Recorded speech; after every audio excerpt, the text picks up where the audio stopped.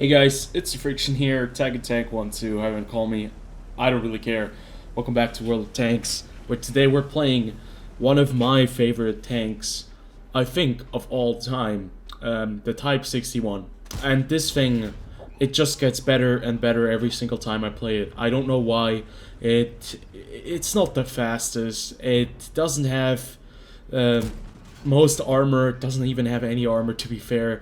It's a very tall tank, and I always have the feeling that it looks like a Sherman or some kind of Sherman variant. But it's always so much fun when I play this tank. And I think it's because that it just combines so many things that I value in my medium tanks. One of them things is a very nice 105mm gun that is extremely competitive. Not just because of the different ammo types, but also because of the gun handling that you have with this vehicle. And also the mobility. I value these things a lot. And what I also value for my medium tanks is definitely the ability to be able to spot things and the ability to stay hidden. Now this tank, it does not have the best camouflage rating. Spotting wise, it is very good because it has a base view range of 400 meters or more. If I recall correctly, it could be 410, but it definitely sees very far, as you can see in the bottom right hand corner of the screen. The minimap very large on my screen because you always need to have a good overview and see what is going on. That can really assist you when you're playing this game, and I think that is one of the main things you need to focus on when you're playing World of Tanks. You need to have an idea of the minimap. Yeah, this tank is really good in a sniping position. This tank is really good in medium to short range engagements when it's not in the focus of other tanks. Its armor will not hold up, and that is something you'll see in this clip very quickly, because we're going up against a T-54, and even though this T-54 has a stock turret, it's very difficult for us to actually deal with him. So I'm kind of making a big misplay because this tank has a big old weak spot on top, but the turret itself is only 80mm thick. So I shouldn't really be in this engagement where I have to face a T-54. Now in total you can see that our team is not faring too well. We're tier 9 match with a couple of tier 8s strewn in there, but the majority of our tier 8s has already died in the valley because the valley is usually always the place where people go to die very quickly, very early on, and that is why we decided to push the city. But you can see our push in the city also is not working out very well in our favor, and it's just not looking like a very good game at this moment in time. And right now I'm just thinking, what should I do? I'm in a Type 61. This tank is fast enough, you know, it has great horsepower, it has great ratio of horsepower to ton, and this vehicle really accelerates really quickly and gets you from point A to B really quickly. But right now, you know, I see a T-54, I see the guy, I want to take some revenge. I hit the ground, he pens me. That's just World of Tanks for you sometimes. I was really upset when this happened, but that's just World of Tanks, especially if you have a ping of 120. Usually the server reticle is a bit behind when I play this game, so it's always a bit risky to take pop shots when I come around the corner because my reticle usually is always lagging behind me for at least 1 or 2 milliseconds, and that's why I have to get used to take a moment and then shoot. Those snapshots make it a bit more difficult. So once more, I get punished by the T-54, and you might ask yourself, like, what the hell are you even showing us? Like, are you showing us how bad you are in this tank? And we don't really understand why you're showing us this gameplay when you're like talking so highly of the Type 61 and you're just right there getting absolutely wrecked by a stock T-54.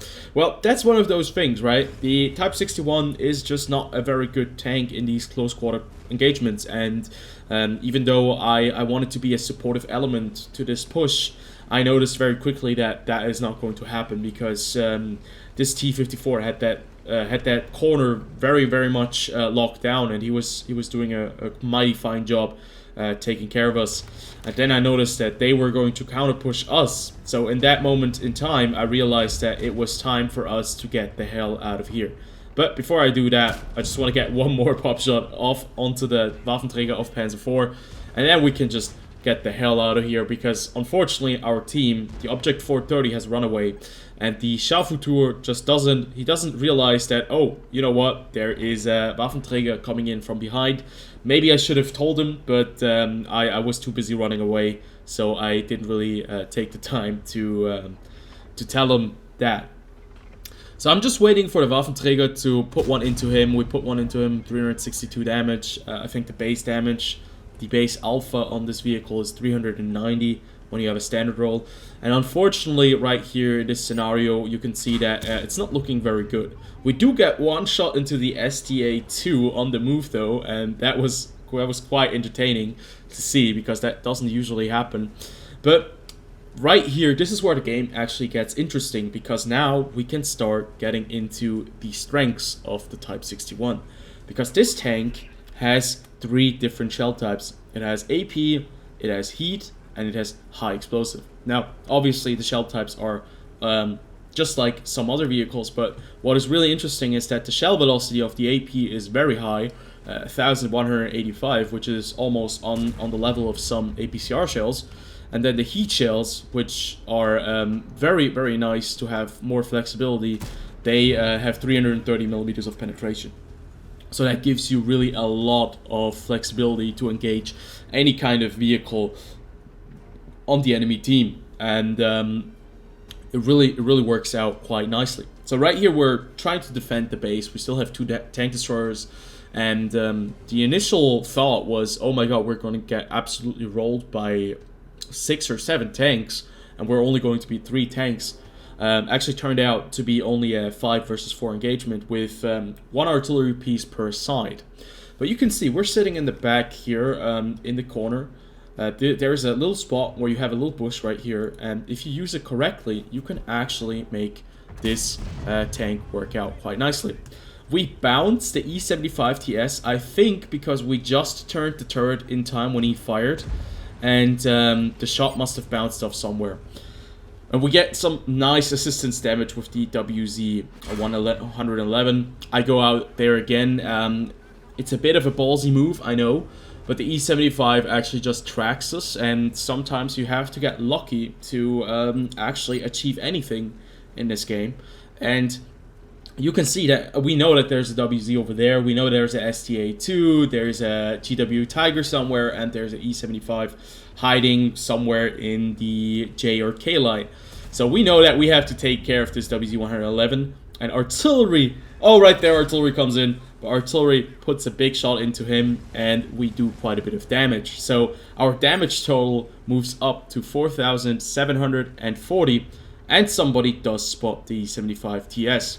This is a very difficult place to take over when you don't have the vision, when you don't know where the enemies are, when you don't see them. This map has so many spots where you can actually defend the base. It's actually ridiculous, especially the southern spawn right here. This rock, I've used this rock so many times to defend the cap, and it's so crazy how fast you can actually destroy a push coming in from the K and the J line, and also how you can fend off a push coming in from the 1-2 line.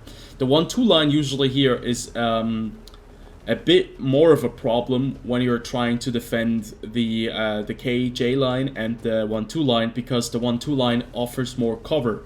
The issue with the K and the J line is that the cover there is enough cover in the back of the map, yes, but as soon as you move towards the cap and you're getting close to it, there's no cover. So if you don't have any hull down vehicles, you're going to have a bit of a problem, because you can actually shoot down that slope. It's quite easy to do that.